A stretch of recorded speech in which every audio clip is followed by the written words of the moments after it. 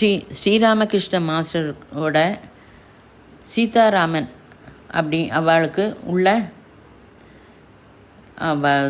தொடர்பு எப்படி ஏற்பட்டது அப்படிங்கிறத பற்றி ஒரு டிவியில் பேட்டி கொடுக்குறார். அதை பற்றி தான் இப்போ சொல்லப்படுது. கேள்வி: நீங்கள் மாஸ்டரோட எப்போ சேர்ந்து, எப்படி பரிச்சயம் ஆச்சு, எந்த வருஷம் ஆச்சு? 1994 மே 1லேருந்து 20 வரைக்கும் ரிஷி கல்ப சாதன சிபிரம் நடந்தது அமலாபுரத்தில். 7ஆம் தேதி மே மாஸ்டரை சந்திக்க நேர்ந்தது. அவரோட லெக்சர்லாம் ரொம்ப பிடிச்சது. அப்போ அவரோட இருக்கிறதுக்கு நினச்சேன். மாஸ்டர்கிட்ட கேட்டேன், இப்போ சாதனையை கற்றுன்ட்ட, வீட்டில் போய் ப்ராக்டிஸ் பண்ணு, பரவாயில்ல அப்படின்னு சொன்னார். மறுபடியும் சொன்னேன்னா எனக்கு நிரந்தரமாகவே இருக்கிறதுக்கு தோன்றது அப்படின்னு. அப்போ என்னோடய புஜம் மீது கையை வச்சு ஓகே வா அப்படின்னு சொல்லி சொன்னார். பரிச்சயம் அப்படி தான் ஏற்பட்டது. ஸ்ரீராம சர்மா ஆச்சாரியோட ஆத்ம கதையை பற்றி உபன்யாசம் நடந்தது. அப்போ சூரிய கிரணம் மீதும் உபன்யாசம் இருந்தது. பூர்ணாகுதி தினம் அன்னைக்கு எல்லார்ட்டையும் 3 ரிஷிகளோட காரியக்கிரமம் பண்ணுறதுக்கு எடுத்துக்கும்படி சொன்னார். ஆத்ம கதையிலேயே நிறைய ரிஷியோட பேரெல்லாம் சொல்லியிருக்க. ரிஷி பரம்பரை பூமியில் எல்லாருக்கும் தெரியப்படுத்தணும். ரிஷிகள் வந்தால் தான் பூமி சொர்க்கம் ஆகும். ஸ்ரீகிருஷ்ணருக்கும் பூமி சொர்க்கம் ஆகணும்னு ரிஷிகளுக்கும் டிவைன் பிளான் இருக்குது. நானும் வசிஷ்டர், பரசுராமர், சங்கராச்சாரியார் இந்த 3 ரிஷிகளோட காரியக்கிரமத்தை எடுத்துட்டேன். வசிஷ்டரோட காரியக்கிரமம் என்ன அப்படின்னா, ராஜதந்திரம் தர்மத்தை கலந்து செஞ்சார் அப்படின்னு பூஜ்ய குருதேவ் புக்கில் எழுதியிருக்கார். பரசுராமர் ராமரோட அக்காலத்தில் எல்லா பாலகர்களுக்கும் ஆலோசனை விதானத்தை பரசுராமர் மாற்றினார் அப்படின்னு தெரியுது. சங்கராச்சாரியர் ஆதிசங்கரர் தேசம் முழுக்க போய் சங்கரர் மடத்தை நிறைய இடத்துல நிறுவனர்.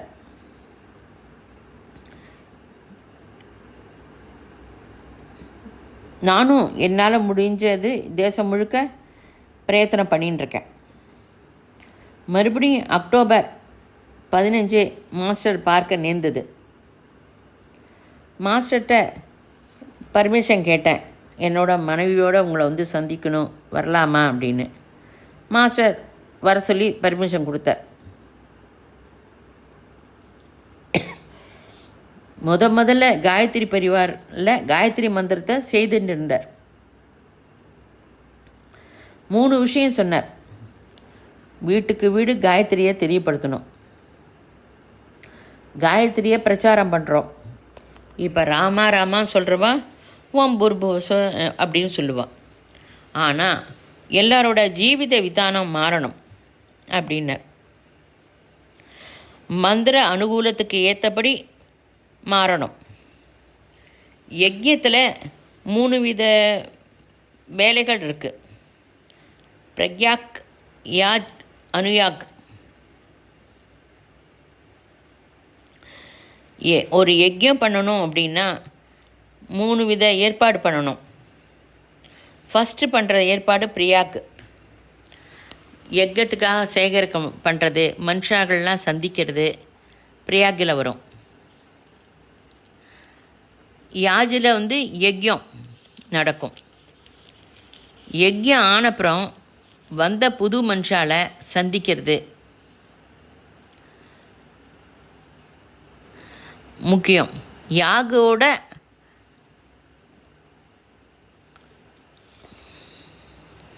அனுயாக் ரொம்ப முக்கியம். அந்த காரியம் நடக்கிறதுக்கு காரணமானவர்களெலாம் சந்திக்கிறது ரொம்ப அவசியம். இப்போ 3வது பாயிண்ட் என்னென்னா, வீட்டுக்கு ரிலேஷன்ஸுன்னு வந்தால் அவள் குழந்தைகளுக்கு நம்ம சாக்லேட் தருவோம். சில சமயம் நம்ம குழந்தைகளுக்கு கூட தரமாட்டோம், அந்த குழந்தைகளுக்கு கொடுப்போம். குருவோட காரியக்கிரமம் செய்யும்போது குரு சிஷ்யர்களுக்கு தான் தருவார். குருவோடைய குழந்தைகளாக நம்ம வாழணும் அப்படிம்பார். குருவோட வாரிசாக வாழணும். குரு சக்தி ஆட்டோமேட்டிக்காக சிஷ்யர்களுக்கு வந்துடும். 3rd பாயிண்ட்டை ரொம்ப நினைவுபடுத்தினார்.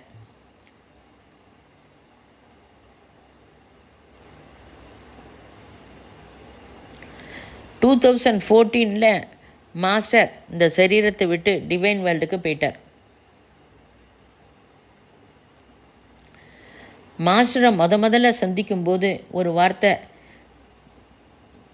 சொன்னார், பூமி சொர்க்கம் ஆகும். 2014 மறுபடியும் அதே வார்த்தையை ரிப்பீட் பண்ணார். யார் துரிய ஸ்திதியில் இருக்காளோ, யார் 4th டைமென்ஷன் சமாதி ஸ்திதியில் இருக்காளோ அவள் மட்டுமே பூமியில் இருப்பா, மற்றவாள்லாம் போயிடுவா.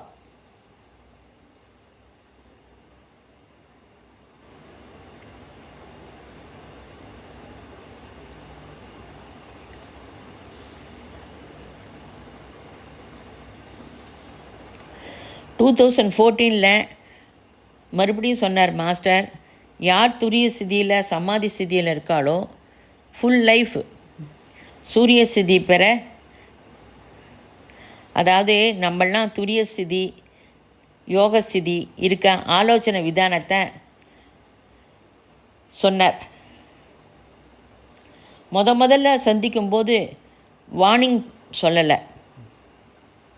அவர் லைஃப் முழுக்க யோகஸ்திதி துரிய ஸ்திதி சமாதி ஸ்திதி எல்லாம் வாழ்ந்து காட்டினார். மனுஷா எல்லாரும் அமரர் ஆகணும். பூமியில் இருக்கிற மனுஷா எல்லாரும் தேவதையாகணும். அவளே பூமியில் இருப்பா. 1997 ஸ்வர்ண யுகம் மாத பத்திரிகையை ஆரம்பிக்கும்படி சொன்னார்.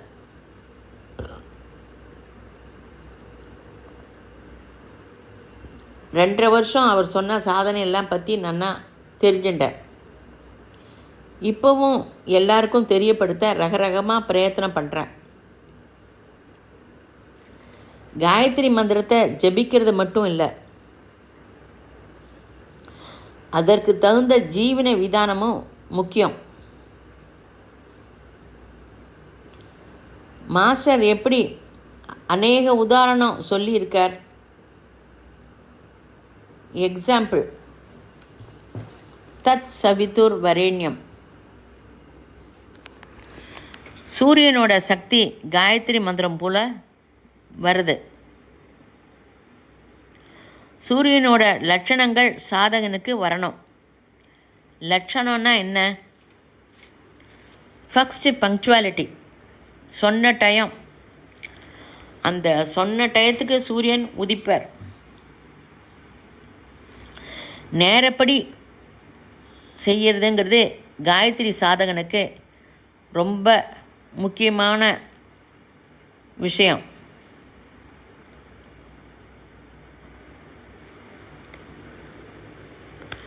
ரெண்டாவது, சூரியன் கரெக்ட் டைம் உதிப்பான்,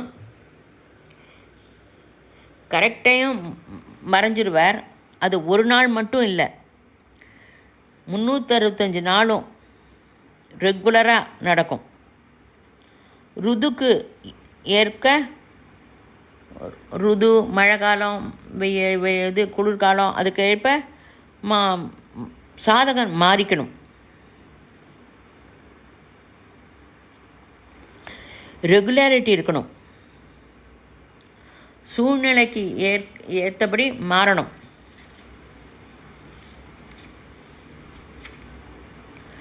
அவர் காயத்ரி ஸ்மிருதியை அவரே டிரான்ஸ்லேட் பண்ணி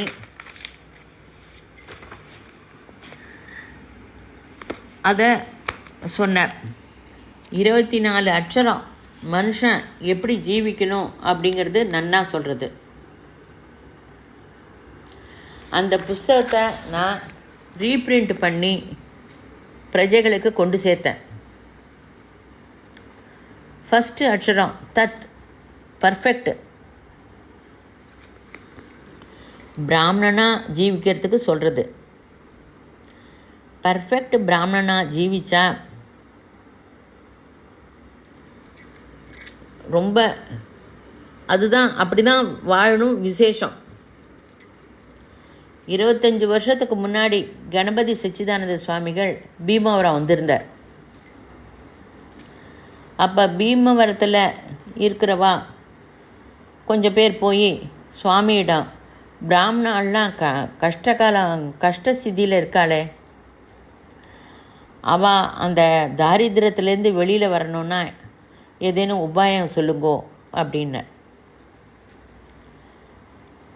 அப்போ கணபதி சச்சிதானந்த சுவாமிகள் ஒன்று சொன்னார். திரிகால சந்தியாவந்தனம் செஞ்சு தாரித்திரத்தில் இருக்கா அப்படின்னா அந்த ஒரு மனுஷால் அழைச்சிட்டு வா அப்படின்னு. அந்த மாதிரி பிராமணா யாருமே இல்லை. அதாவது பிராமணா அப்படின்னா நேம நிஷ்டியோட திரிகால சந்தியாவந்தனம் பண்ணுறது ரொம்ப ரொம்ப ரொம்ப அவசியம். காயத்ரி மந்திரம் என்ன சொல்கிறது?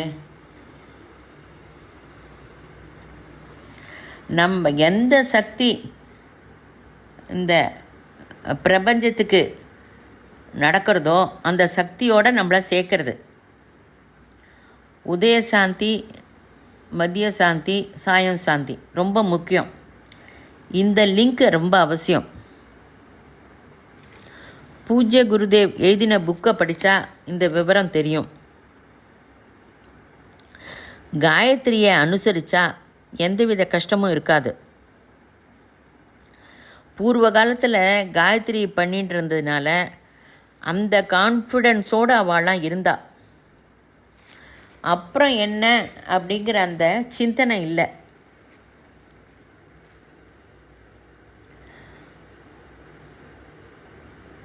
பூர்வம் பிராமணா எப்படி இருந்தான்னா, சாயந்தரம் சாப்பாடு ஆகிடுத்துன்னா சமையல் அறையில் எதுவும் இருக்கப்படாது, மொத்தமும் காலி.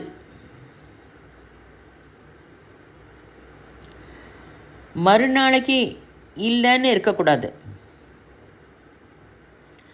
இது தெரியாமலே பூர்ணத்துவம் இருந்தது. இந்த பரிபூர்ணத்துவம் உள்ள பிராமணாளுக்கு அந்த ஒரு நம்பிக்கை, தன்னம்பிக்கை இருந்தது. நம்ம திரிகால சந்தியாவந்தனம் பண்ணும்போது இந்த குவாலிட்டிஸ் எல்லாம் நேச்சுரலாகவே வந்துடும். அது பர்ஃபெக்ட் பிராமணால் தயார் பண்ணுறது.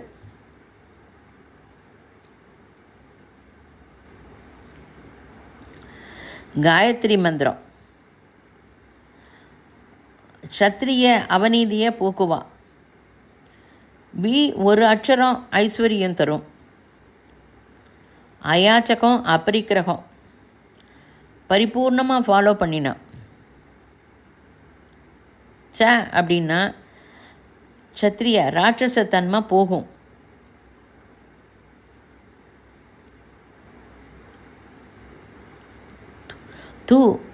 ஹார்ட் ஒர்க் ரொம்ப முக்கியம். கடுமையாக வேலை பண்ணணும். இப்போ கடுமையாக வேலை பண்ணுறதே இல்லை. இந்த 4 அட்சரம் கூறினாலே எல்லாம் வருது.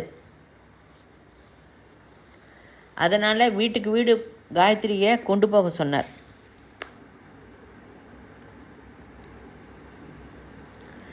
பூமி சொர்க்கம் ஆகணுங்கிறது ஸ்ரீகிருஷ்ணனோட சங்கல்பம்.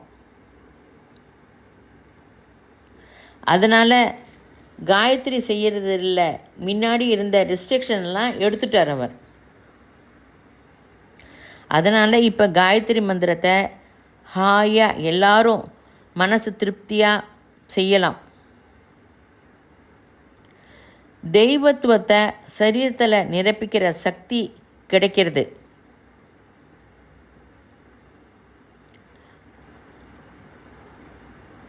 இதை பற்றி புருஷ சுக்தத்திலையும் சொல்லியிருக்கு. ஸ்ரீகிருஷ்ணர் மனுஷனை தெய்வமாக நினைச்சார், தெய்வமாக்கணும்னு நினைச்சார். அந்த ஜீவித விதானம் 24 அட்சரம், அந்த காயத்ரி மந்திரத்தில் இருக்கிற 24 அட்சரம் மனுஷால எப்படி வாழணுங்கிறத சொல்கிறது. சமூக ரீதியாக தனிப்பட்ட வாழா, ஸ்திரீக்கு கௌரவம் தரும்படி, நியாயமாக சொசைட்டியில் எப்படி இருக்கணும் எல்லாம் சொல்லித்தருது. லைஃப்பில் எப்படி ஃபாலோ பண்ணுறதோ அப்படிங்கிறது சொல்கிறது.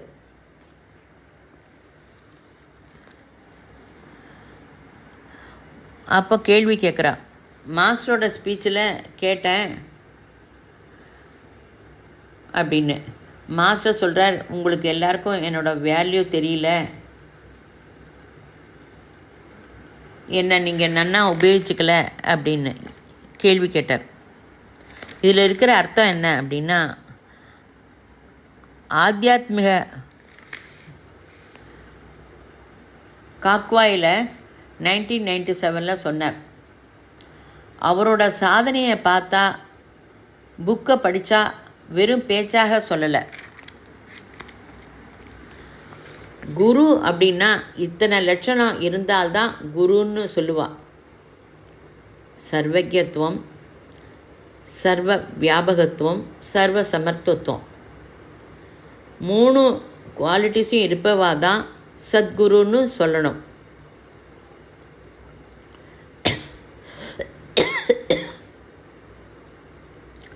மூணு லட்சணமும் அவருடைய லைஃப்பில் காட்டினார். ஃபாலோவர்ஸ் எல்லாரும் பரிபூர்ண சமர்ப்பணம் செஞ்சு அவர் சொல்கிறபடியே லைஃப் நடத்தினவா தான்.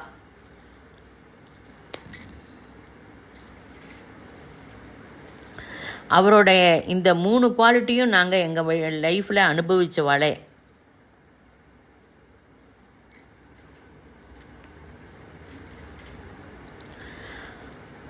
அவர் சர்வ சமர்த்தத்துவம், சர்வ வியாபகத்துவம், சர்வஜத்துவம், அவர் எந்த ஸ்தாயில் இருக்கா இல்லையா அப்படிங்கிறது அவருடைய சாகித்யமே சொல்லும். எல்லாம் சயின்டிஃபிக்காக எக்ஸ்பிளைன் பண்ணினார். அதாவது ஒரு கலெக்டர்கிட்ட போய் பேசணுன்னா நம்ம கிட்டக்க போய் நெருங்கி பேச முடியுமா? சாதாரண கலெக்டர்கிட்ட, ஏன் கலெக்டரே வேண்டாம், ஒரு கவர்மெண்ட் ஆஃபீஸில் போய் ஒரு தாசில்தார்கிட்ட போய் பேசணுன்னா நம்ம உடனே போக முடியுமா?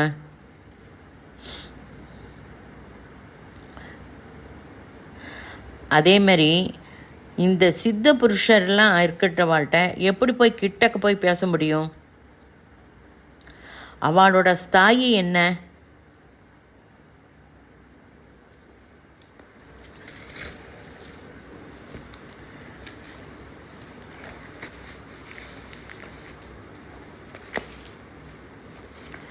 அவரை தான் சொல்லுவார், சமம் காய சிரோ கிரீவம். அதாவது உடம்பு, தலை, கழுத்து எப்போதும் சீராக அசைவற்றதாக வச்சுண்டு அசையாமல் ஸ்திரமாக இருந்துட்டு மற்ற திசையெல்லாம் பார்க்காம தன்னுடைய நாசியின் நுனி மீது பார்வையை ஒருமுகப்படுத்தி தியானம் பண்ணணும் அப்படின்னு சொல்லுவார்.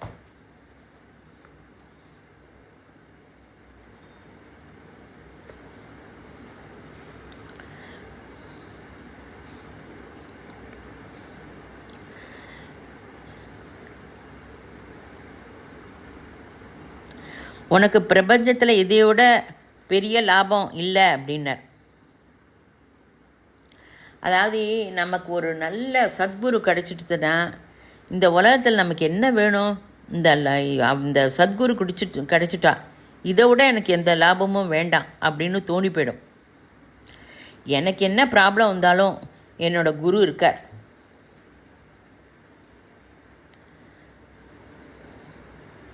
அப்படின்னு இருக்கும். அந்த ஆத்ம விஸ்வாசம் அவரிடம் இருக்கும். இதை அவரோட மனுஷா ஃபாலோவர்ஸ் எல்லாருக்கும் இதை காட்டினார், இந்த அன்பை.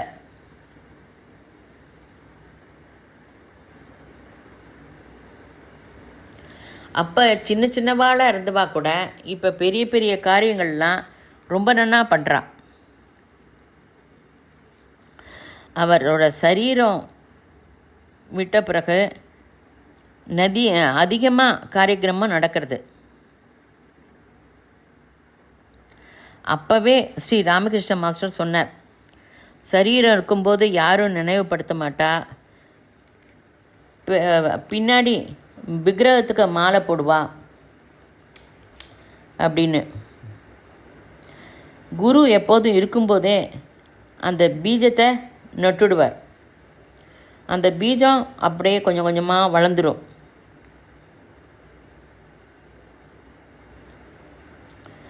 அவர் சொன்னதுபடியே தான் நடக்கிறது.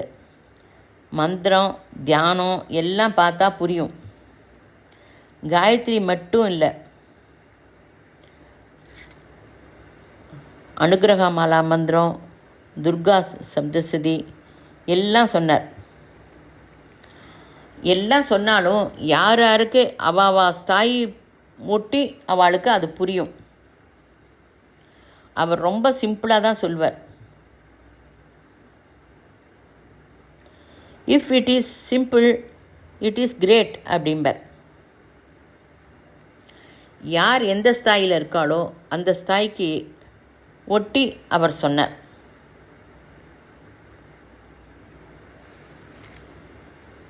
நிறைய சாதனை பற்றி அவர் சொன்னார்.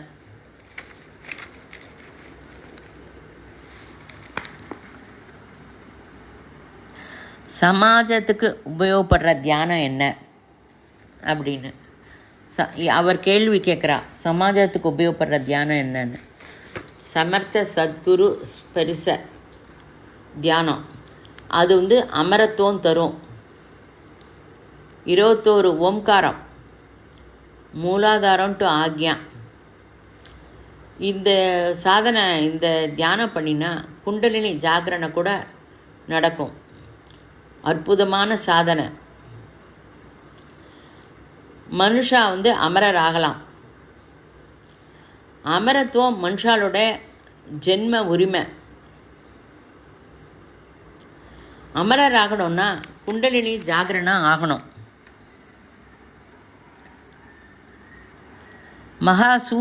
சூன்ய உபாசனை. சூன்யத்தில் இருக்கிறதுனால மகாசூன்ய உபாசனான்னு சொல்லலாம். சமர்த்த சத்குரு ஸ்பரிச தியானம். 21 ஓம்காரம் பண்ணி சூன்யம் போகும்போது அந்த குருவோட ஸ்பரிச கிடைக்கும், லிங்க் ஏற்படும். பகவான் சத்குரு மூலம் ஸ்பரிசம் தருவர். பகவான் சாட்சியாக இருப்பார். சத்குருவோடு இருக்கும்போது சாட்சியாக இருக்க மாட்டார். நம்மளை கைடு பண்ணுவார். அந்த இன்ட்யூஷன் நம்மளை வழி நடத்தும்.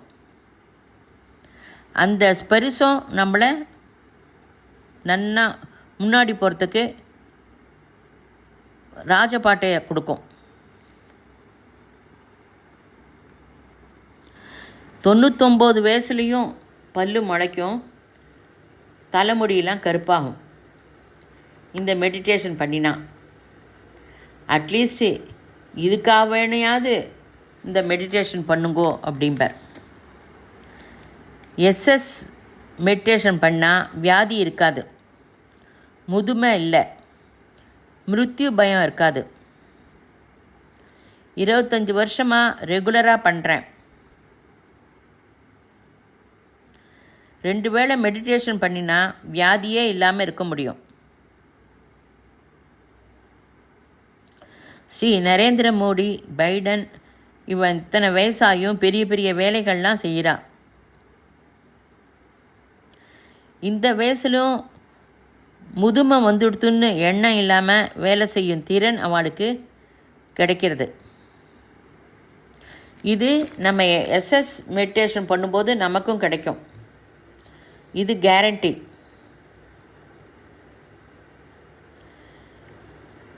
எப்படி மாஸ்டர் போனால் பின்னாடியும் அவரோட வேலைகள்லாம் நடக்கிறதோ அதே மாதிரி நாம் ஆரம்பிக்கிற வேலைகள்லாம் நமக்கு பின்னாடி நம்ம வழியாக இருக்கிறவா பண்ணுவா. தியான விதானம் அவ்வளோ பவர்ஃபுல்.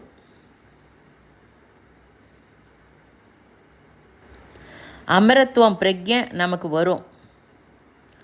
விஸ்டம் டெவலப் ஆகும்.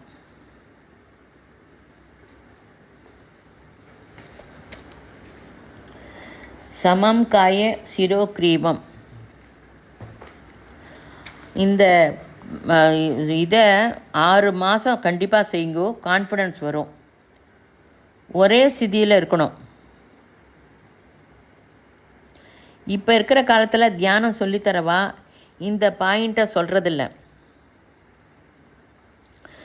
பேக் போனை நேராக வைக்கிறதுனால தான் உள்ள பெனிஃபிட் என்ன அப்படின்னு மாஸ்டர் சொல்லியிருக்கார். Back phone magnet. பேக் போனோட மேலே சகஸ்ராரம், அது நார்த்து போல். கீழே உள்ள மூலாதாரம் சவுத்து போல். எப்போ ஸ்ட்ரெயிட்டாக நம்ம உட்கார்றோமோ பிராணசக்தி ஃப்ளோ ஆகும். நாம் வளைஞ்சால் ஃப்ளோ ஆகாது, லாபம் கிடைக்காது. 2வது பாயிண்ட்டு, அப்படி உட்காந்து தியானம் பண்ணும்போது ஒரு மயக்க ஸ்திதிக்கு போகக்கூடாது. டைனமிக் தியானம். மற்றவா தியானம் சொல்லித்தரத்துக்கும் ஆர்கே மாஸ்டர் தியானம் சொல்லித்தரத்துக்கும் நிறைய வேறுபாடு இருக்குது.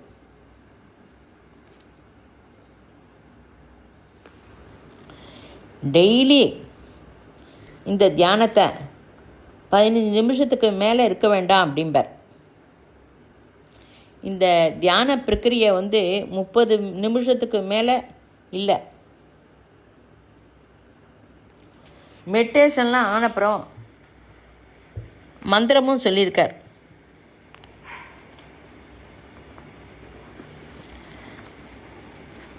ஓம் ஸ்ரீ மாதா ஸ்ரீ மகாராஜ்ஞி சிம்ஹாசனேஸ்வரி சிதக்னிகுண்ட சம்பூதா தேவகாரிய சமுத்தியதா.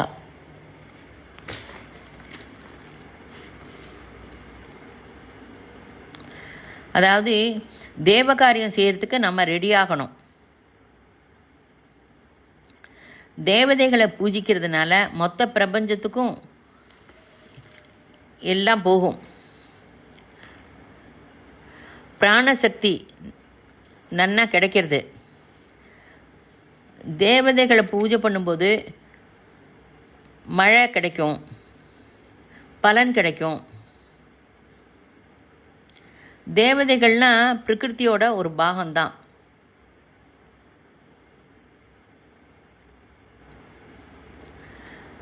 பவர்ஃபுல்லாக தயாராகணும். நம்ம பண்ணுற மெடிடேஷன் பிரபஞ்சத்துக்கு உபயோகப்படும். அது மனிதர்களையும் தயார் பண்ணும். பாரத தேசம் பிரபஞ்சத்துக்கே ஜெகத்குரு ஆகணும். உற்சாகம் வரும். பேக் போன் வளைஞ்சுடுத்துன்னா ஆட்டோமேட்டிக்காக ஒரு மயக்க ஸ்திதிக்கு போயிடுவோம்.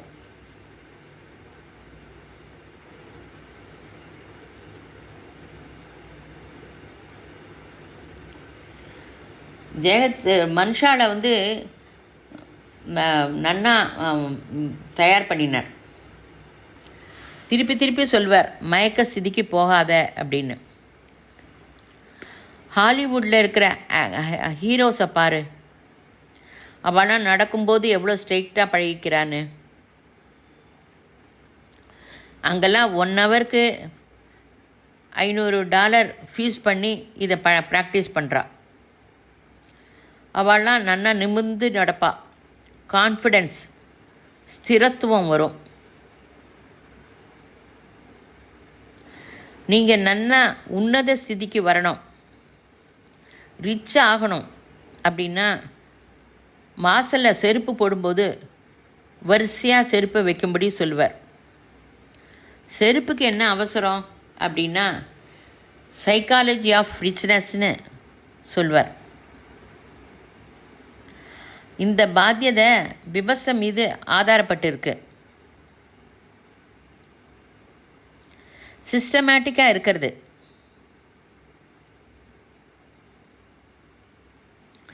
எப்போ செருப்பை சிஸ்டமேட்டிக்காக போடுறோமோ அந்த குணம் எல்லா இடத்துக்கும் வந்துடும். நம்ம சில வேலையெல்லாம் மூடு இருந்தால் பண்ணுவோம், சில வேலை மூடு இல்லைனா செய்ய மாட்டோம். பாத்தியதைன்னு வந்துட்டா அப்போ மூடோட சம்பந்தம் கிடையாது. நம்மளே ஓஞ்சு போயிட்டாலும் அந்த வேலையை செய்வோம். உனக்கு பாத்தியதை இருந்துருத்துனா ஃப்ரீ டைமே இருக்காது.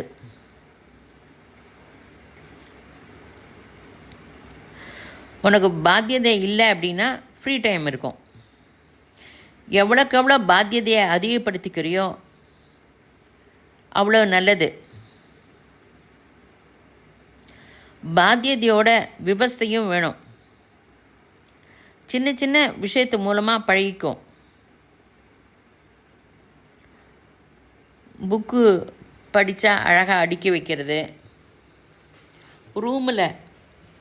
ரூமை நல்லா க்ளீனாக வைக்கிறது அப்படின்னு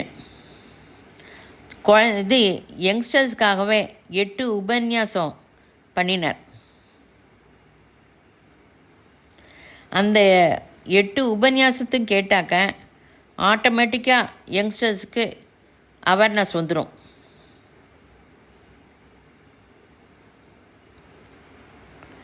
இண்டிபெண்டன்ஸ் வந்தபோது, அதாவது பாகிஸ்தான் பார்டரில் இருந்த இந்தியன் இந்துக்கள் இந்தியாவுக்கு வந்துட்டான். அவள் கட்டின துணியோடு வந்துட்டான். அதேமாரி இந்தியாவில் இருக்கிற பார்டரில் இருக்கிற முஸ்லீம்ஸு கட்டின துணியோடு பாகிஸ்தான் போயிட்டான். இதில் நிறைய கோடீஸ்வரர் கூட இருந்தா. ஆனால் கட்டின துணியோடு போனாலும் அவளோட உழைப்பால் ஒரு 5-6 வருஷத்தில் ரிச் ஆகிட்டான்.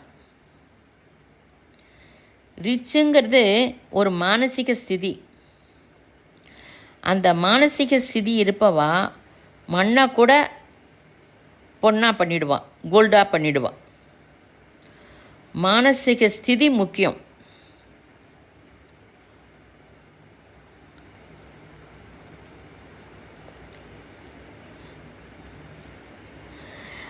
Seven Habits of Highly Effective People அப்படின்னு ஸ்டீவன் கோவேன்னு ஒருத்தர் புக்கு எழுதியிருந்தார்.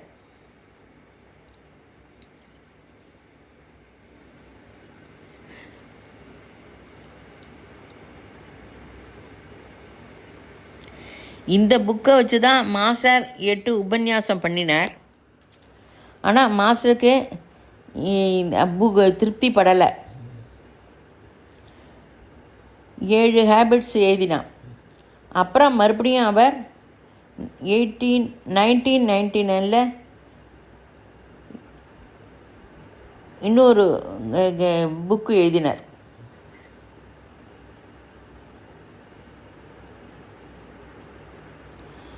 எஃபெக்டிவ்னஸ் ஆஃப் கிரேட்னஸ் அப்படின்னு. சிரஞ்சீவி, பாலகிருஷ்ணா இவாள்லாம் எஃபெக்டிவ் பர்சன்ஸ் தான். அவள் பிரபாவிதம் பண்ணுவாள். கிரேட் பர்சன்ஸ்னு சொல்ல முடியாது அவளை. மகாத்மான்னு சொல்ல முடியாது. எஃபெக்டிவ்னா என்ன? சாட்டிஸ்ஃபேக்ஷன் வராது. கிரேட் ஸ்டேஜ் போக 8th இன்னும் ஒரு புக்கு எழுதினார்.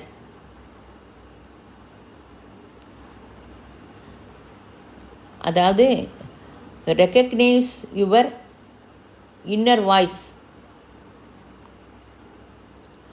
அதாவது recognise your inner voice, recognise others inner voice.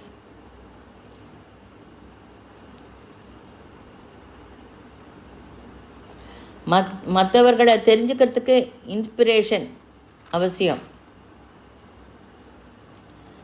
மகாத்மாக சூத்திரம் சொன்னார்.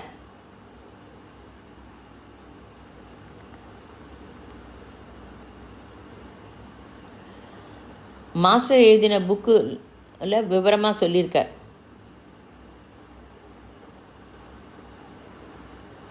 அதாவது இன்டென்ஷன் தியானத்தில் இன்னர் வாய்ஸ் கிடைக்கிறது. ஒரு முறை இன்னர் வாய்ஸ் பிடிச்சுன்ட்டா அது நம்மகிட்ட பகவான்கிட்ட நம்மளை கொண்டு சேர்த்துரும்.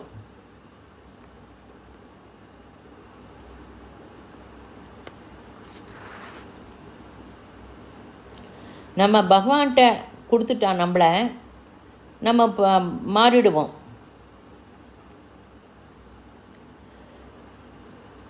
நம்ம எல்லாருமே அமரர் தான். பாரத தேசத்தில் 33 கோடி மனுஷா இந்த இன்ட்யூஷன் மூலம் வாழ்ந்தவா. 33 தேவதைகள் இருந்தா, 33 கோடி தேவதைகள் இருந்தா. மறுபடியும் பாரத தேசம் அப்படி வர வேண்டிய நாள் வந்துடுத்து. பாரத தேசத்தில் தியானத்து மூலம் ஜீவன விதானத்தை மாற்றிக்கிறது அவசியம். அப்படி மாற்றிண்டா பாரத தேசம் ஜெகத்குரு ஆகும். யோக மார்க்கத்தில் போகலாம். தியானம் எக்ஸாம்பிள். அரவிந்தோவை கேட்டா, ஹிந்துக்கள் இப்போ எல்லாரும் பாரதிய தர்மப்படி வாழறவா இல்லையா அப்படின்னு. அப்போ ஏன் அயல் நாட்டினர் இங்கே இவாளை ஜெயிச்சா? அவள்லாம் மிலேச்சர் அப்படிலாம் இருந்தவா இங்கே இவாளை ஜெயிச்சா எப்படி அப்படின்னு. அப்போ அவர் சொன்னார், பாரத தேசத்தில் சோம்பேறித்தனம் ஜாஸ்தியாகிடுது.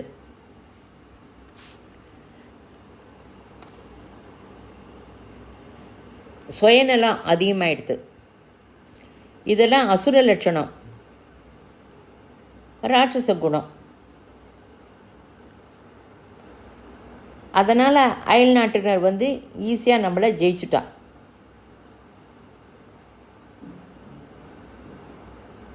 தெய்வீக லட்சணம் இல்லாமல் போயிடுது. அவளுக்கு அந்த லட்சணத்தினால நம்மளை ஜெயிச்சா. அவள் எல்லாம் கடுமையாக உழைச்சா, நேரப்படி எல்லாம் பண்ணினா. நம்ம இந்த சோம்பேறித்தனத்தினாலையும் சுயநலத்தினாலையும் எல்லாத்தையும் விட்டுட்டோம்.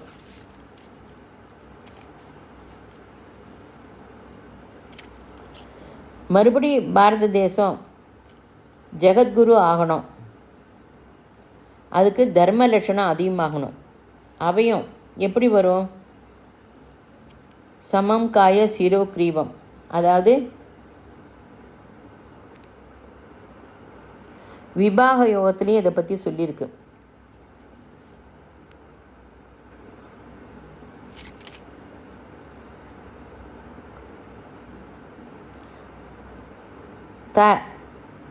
அதாவது ஆத்ம விஸ்வாசம் முதல்ல வரணும்.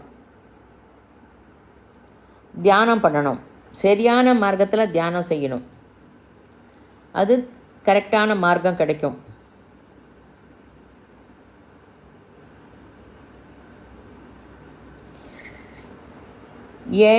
யம நேம ஆசன பிராணாயாம பிரத்யாகார தாரண தியான சமாதி இந்த 8 ஸ்டெப்பும் ரொம்ப முக்கியம்.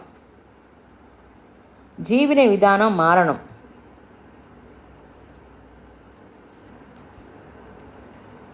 யம நேமம் ஃபாலோ பண்ணுங்க.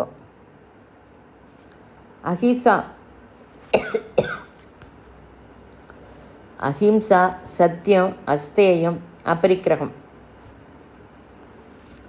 யாரையும் இம்சிக்கக்கூடாது. பிரம்மச்சரியம், சௌசம், சந்தோஷம், தபஸ், சுவாத்தியாயம், பிரணிபாதானம், நியமம் இதெல்லாம் ஃபாலோ செஞ்சு தியானம் பண்ணினா பலன் கண்டிப்பாக கிடைக்கும்.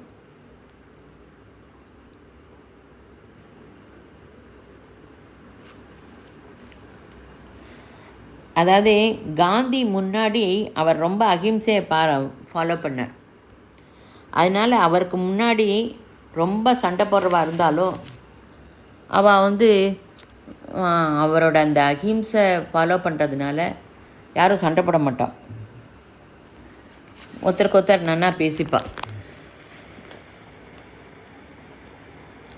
அந்தண்ட பக்கம் போய் சண்டை போட்டுப்பா, அது வேறு விஷயம். யார் ஒருத்தர் 12 வருஷம் பொய் சொல்லாமல் இருக்காளோ அவள் எது சொன்னாலும் நடக்கும். அதனால் பூர்வ காலத்தில் 12 வருஷம் வரைக்கும் குழந்தைகள் பொய் சொல்ல மாட்டா. பாலவாக்கு பிரம்ம வாக்கு அப்படின்னு சொல்லுவாள். நம்ம இப்போவே குழந்தையில பொய் சொல்ல வைக்கிறோம். வீட்டில் அப்பா இருப்பா, யாரானு கேட்டாக்க அப்பா இல்லைன்னு சொல்லுன்னு சொல்கிறோம். நம்ம குழந்தையில 12 வருஷம் வரைக்கும் பொய் சொல்லாமல் வளர்த்தா அவள் என்ன சொன்னாலும் நடக்கும். யம நியமம் ஃபாலோ பண்ணால் நிறைய சித்தி கிடைக்கும். தியான ஸ்திதி கை கூடுறதுக்கு யம நியமம் ரொம்ப முக்கியம். அதனால தான் ஜீவித விதானம் மாறணும்னு சொல்கிறார். கொஸ்டின்: நிறைய மனுஷா யம நியமம் அவசியம் இல்லை, கண்மூடி உட்காந்தா போகிறோம், சக்தி வரும்னு சொல்கிறாளே அப்படின்னு கேட்குறான். யம நியமத்தால் பண்ணுற தியானத்துக்கும் யம நியமம் இல்லாத பண்ணுற தியானத்துக்கும் எப்படிப்பட்ட வித்தியாசம்?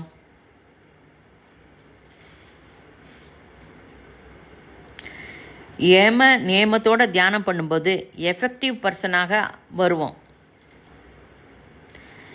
யம நியமம் இல்லாமல் தியானம் பண்ணினா ராட்சசனா மாறுவோம்.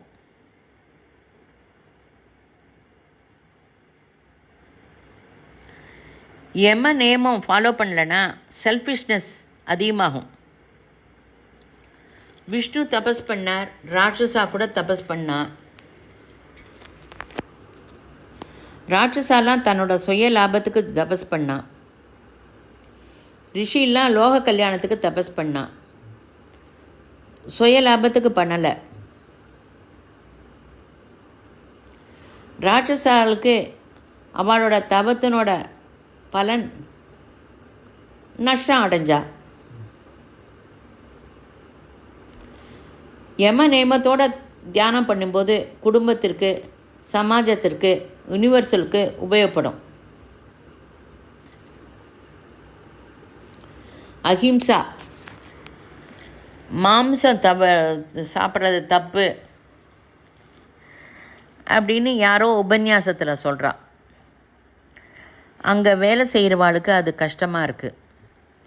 நம்ம உபன்யாசத்தில் கூட இந்த மாதிரிலாம் சொன்னாக்கா அது அவளுக்கு ஒரு மாதிரி உபன்யாசம் பண்ணுறவாளையும் திட்டிண்டு போனான். அஹிம்சா அப்படின்னா வார்த்தையால் கூட அஹிம்சை, இன்னொருத்தரை ஹர்ட் பண்ணக்கூடாது.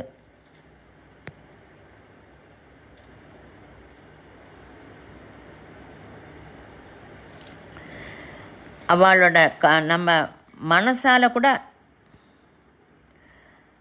மற்றவாளை விமர்சனம் பண்ணக்கூடாது.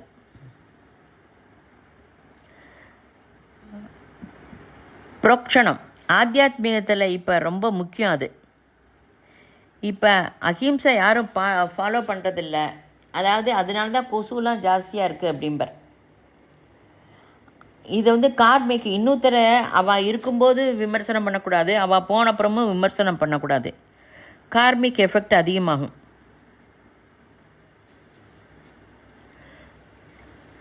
ஒரு వ్యక్తి அஹிம்சா ஃபாலோ பண்ணுறா அப்படின்னா அதை முதல்ல ஆரம்பிக்கும்போது கஷ்டமாக இருக்கும், ஆனால் அதை ஃபாலோ பண்ணணும். ஆனால் பாம்பு வந்து அமைதியாக இருக்கணும்னாக்கா எல்லாரும் அதை அடித்தா அது எப்படி? அதாவது சமாஜத்தில் ரொம்ப நல்லவாளாக இருக்கணும்னு இருந்தால் கூட நிறைய பரீட்சை வருது, டெஸ்டிங். அதாவது ஜட்ஜு வேண்டாம், ஜட்ஜு பண்ணக்கூடாது, விமர்சனம் பண்ணக்கூடாது அப்படின்னா பாத்தியதை இருக்கேன், அதுலேருந்து எப்படி வெளியில் வருவா? ஒரு ஃபேமிலியை காப்பாற்றணுங்கிறது இருக்கே, ஒரு சமர்த்ததா விவஸ்தை இருக்கே, இதை எப்படி பார்க்கணும் அப்படின்னா அஹிம்சை கோணத்தில் பார்க்கணுமா, யம நேம ஃபாலோ செய்கிற போது அந்த கோணத்தில் பார்க்கணுமா?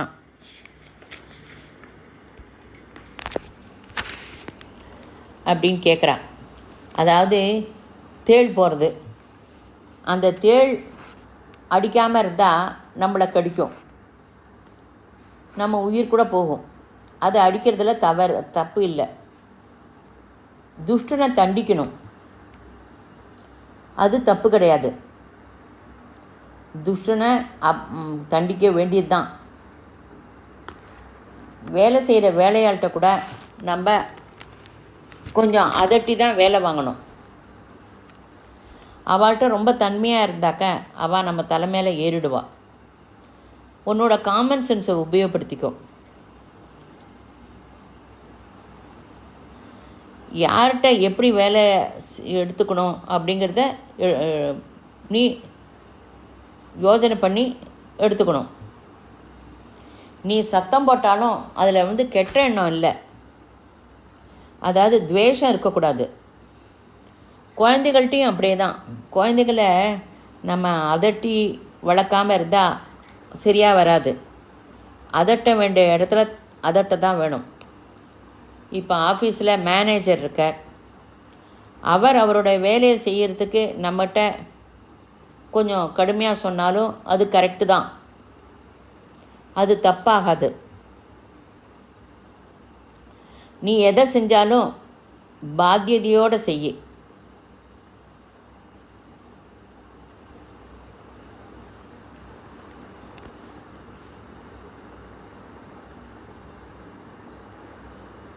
குடும்ப பாத்தியதை ரொம்ப முக்கியம்.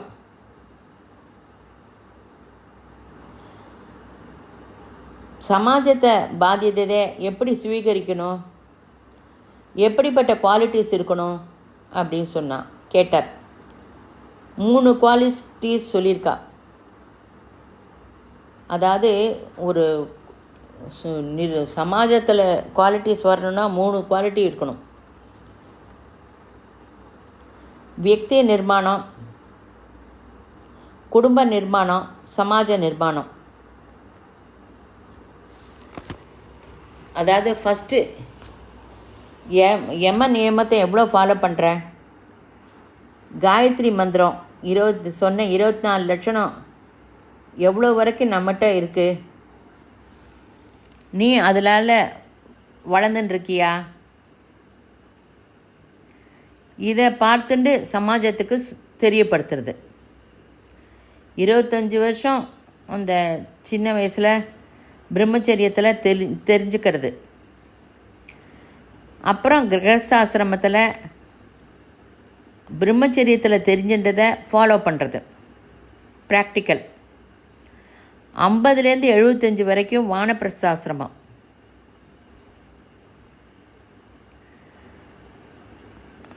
அப்போ கிரகசாஸ்திரமத்தில் ஃபாலோ பண்ணதை வானப்பிரசாதத்தில் அப்ளை பண்ணுறது. அப்புறம் சந்நியாச ஆசிரமம். அப்புறம் குடும்ப பாத்தியதை இருக்கக்கூடாது. பூரா சமாஜம் தெய்வீக பிரணாளிக காலத்தில் சொசைட்டி பற்றி ஆலோசனை வருது. குருவோட வேலையை செய்யும்போது ஆத்தியாத்மிகத்தில் நாம் ஃபாஸ்ட்டாக க்ரோ ஆகிறோம். மாஸ்டரோட பரிச்சயம் ஆகிறதுக்கு முன்னாடி 1889 1992 வரைக்கும் விவேகானந்தர் புக்கெல்லாம் படிச்சிருந்தேன். 2 வருஷம் ஆர்எஸ்எஸில் ரொம்ப ஈடுபாடு இருந்தேன். 94 மாஸ்டரை பரிச்சயம் ஆனதுக்கப்புறம் சொசைட்டியை நன்னா செய்கிறது, பிரபஞ்சத்தை நன்னா வைக்கிறது, சுபிட்சமாக இருக்கிறது, ஸ்ரீகிருஷ்ணர் சொன்ன பூமி சொர்க்கம் ஆகணும் அப்படின்னா பாரத தேசத்தில் இருந்து தான் ஆகணும், அதுக்காக பாடுபடுறது. மாஸ்டரோட இதெல்லாம் செஞ்சதில் ஆத்தியாத்மிக பிரயாணம் ஸ்மூத்தாக நல்லா இம்ப்ரூவ் ஆகுது. எப்போ சொசைட்டி வேலை செய்கிறோமோ ஆத்தியாத்மிக லைஃபு இம்ப்ரூவ்மெண்ட் ஆகுது, நல்லா தெரியறது. சொசைட்டியோட வேலை முக்கியம்.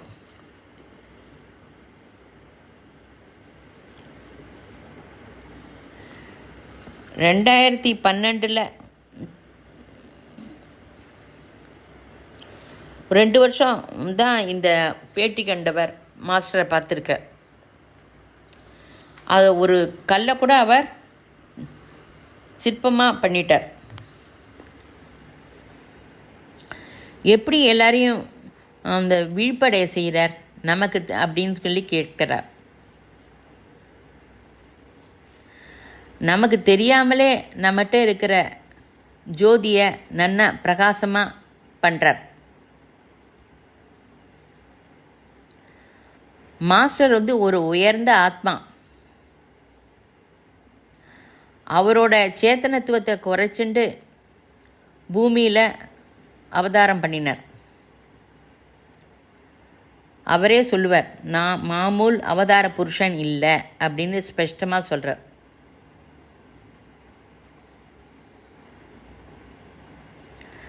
ராமர் 12 கல அவதாரமும், ஸ்ரீகிருஷ்ணர் 16 கல அவதாரமும், கல்கி பகவான் 24 கல அவதாரமும் கலந்தது.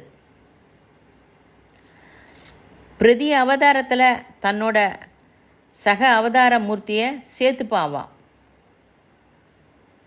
ஒரு விதமான நாம் கூட அவளோட வரும் சகாயமானவர்களே. மாஸ்டரோட பேட்சுக்கும் மற்றவாளோட சாதனைக்கும் டிஃப்ரென்ஸ் இருக்குது. காலம்பர சாயங்காலம் SSS meditation, CVV prayer 3 times, இது போரும்.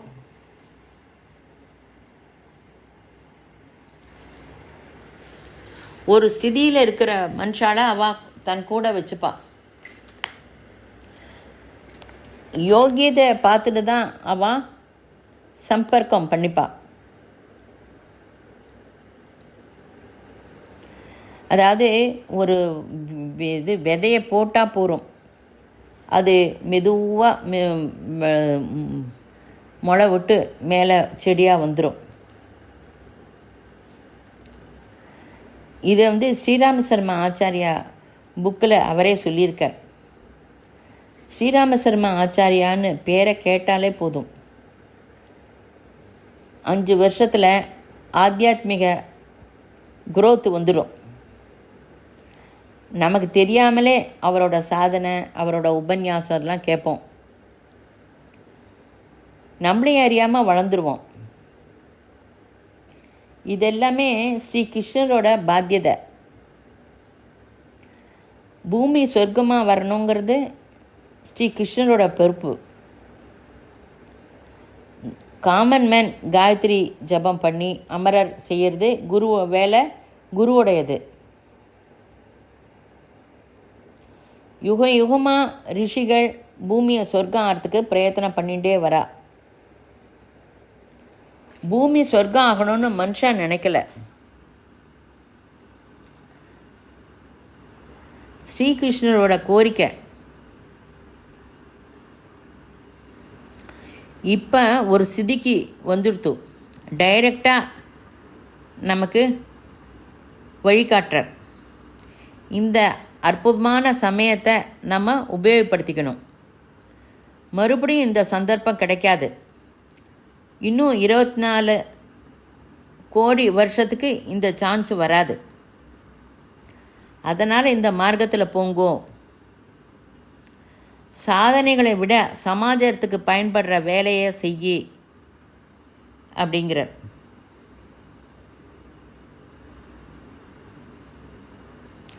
குருவை பற்றி சொல்லணும் அப்படின்னா, குரு அனந்தம். அதை பற்றி சொல்கிறதுக்கு முடிஞ்சுடுத்துனா அது இன்ஃபினிட் ஆகாது. சொல்கிறது கஷ்டம். ஒரு குருடன் கையில் யானையை கொண்டு போய் கொடுத்தா யானையோட காதை பிடிச்சிட்டு அவனுக்கு அது முறமாக தெரியுறது. யானையோட காலை பிடிச்சிட்டு தூணாக தெரியுறது. அவர் மாஸ்டர் சித்த புருஷர். அவர் 24,000 டேஸ் ஜீவிச்சார். காயத்ரி பற்றி கூறினார், அதே மாதிரி வாழ்ந்தார். 24,000 டேஸ், ஒரு நாள் அதிகம் இல்லை, குறையலை. மகா சித்த புருஷர். குருவே உன்னை தேடி வருவார், நீ தேடி போக வேண்டாம் அப்படிம்பார்.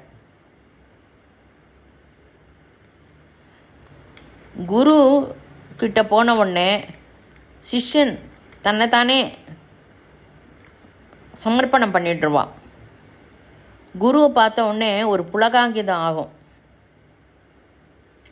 அவருடைய ஸ்பீச்சை கேட்டவா, கேட்குறவா, கேட்க போகிறவா எல்லாருக்கும் இந்த அனுபவம் கிடைக்கும்.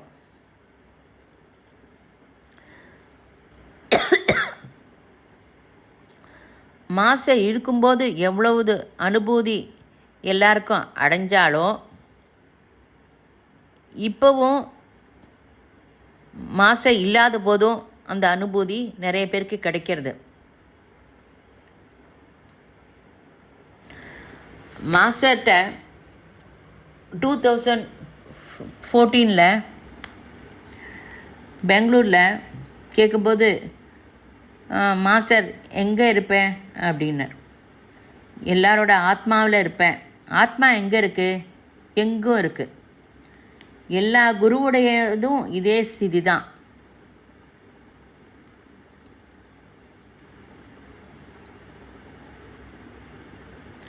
நம்ம குருவுக்கு ஃபீஸ் தர வேண்டாம், சமர்ப்பணம் பண்ணுறோம். அதாவது நம்ம குருவோட சம்பர்க்கம் ஆன உடனே ஒரு புலகாகிதம் ஆறுதில்ல, அந்த ரியாக்ஷன் தான் நம்மளோட சமர்ப்பணம். அந்த சமர்ப்பணம் பண்ணாதான் நான் அவளோட இருக்கேன்னு அர்த்தம் கிடையாது. பிரேமையோடு இருந்தாலே போதும். இப்போ இந்த ஸ்பீச்சை கேட்குறது ஒரு 35 பேர்னு இல்லை, இது லட்சம் மனுஷாளுக்கு இது மெசேஜ் போகிறது. அவளுக்கெல்லாமும் நான் ப்ரொடெக்ஷனாக இருப்பேன் அப்படின்னு சொல்கிறார். ஸ்வஸ்தி.